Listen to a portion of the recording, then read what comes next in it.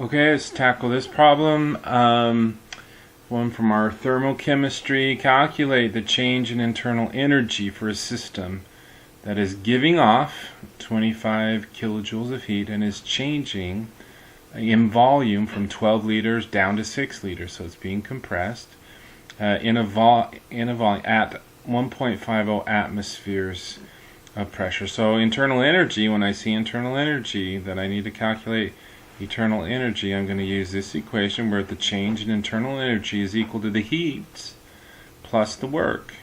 Well, in this case, I'm not given the work. I'm going to have to calculate the work based on this equation where we can use pressure times that change in volume.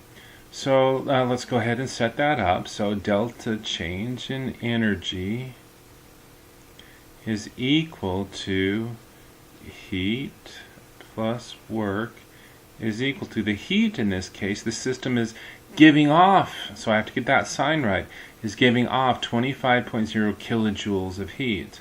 Well, when a system is giving off heat, that's a negative sign. Heat going out of the system is negative, so that's going to be negative 25.0 kilojoules plus the work, but in this case I'm going to have to calculate what that work is. And so work, if I'm having that volume change, is equal to minus the pressure times the change in volume. That volume is going from 12 to 6.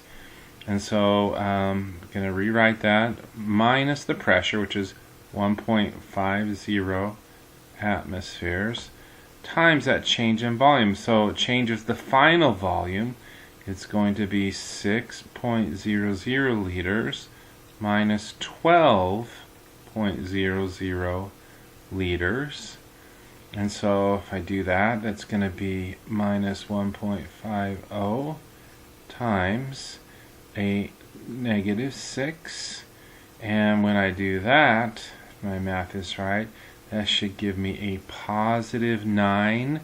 The units are going to be from the volume liters times atmospheres. Now we never ever really deal in those units of liters atmospheres, but there is a conversion factor that I give you, and that's 101.3 joules equals 1 liter atmosphere. So I can take that 9 liter atmospheres, and I know that for every 1 liter atmosphere there are 101.3 joules.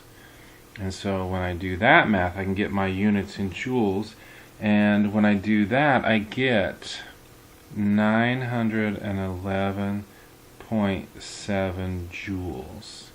Alright, so now that I'm in units of joules, I can move that up there. I have minus 25.0 kilojoules plus the work, which I calculated to be a positive 911.7 joules. Well, I can't add kilojoules to joules. I can go either way, but what I'm going to try to do is I'm going to convert these joules to kilojoules by moving that over 1, 2, 3. So now the change in energy equals minus 25.0 kilojoules plus 0.9117 joules. And when we add, and we want to get those sig figs right, then I always have to stack them. So that's going to be minus 25.0 kilojoules plus a positive 0.9117 joules. So I know for sure that my units are going to, sig figs are going to end up right there. So when I do this math, I end up with a negative 24.1, and we can keep going there if you want, but negative 24.1 kilojoules. That is, I calculated the heat plus the work, and so my delta E is going to equal minus 24.1. The units of those are going to be kilojoules. So again, when you're given a volume changing, that means we're going to calculate the work using this equation right here, and then it's just a simple addition. things to watch out for here is make sure that maybe the biggest one is that people understand they have to calculate the work this way, but they do not convert that back into joules. They just start adding that up right there. Remember, your units from this equation are going to be liters, atmospheres. Then we have to convert those into joules. And also remember, you can't add kilojoules and joules. You have to get those into the same units. But again, to me, a very doable type of a problem. Just know which equations you have to use. There's the change in energy equals the heat plus the work. Get your signs right. We've been over that many times. And work you would compute using this. So get this one right.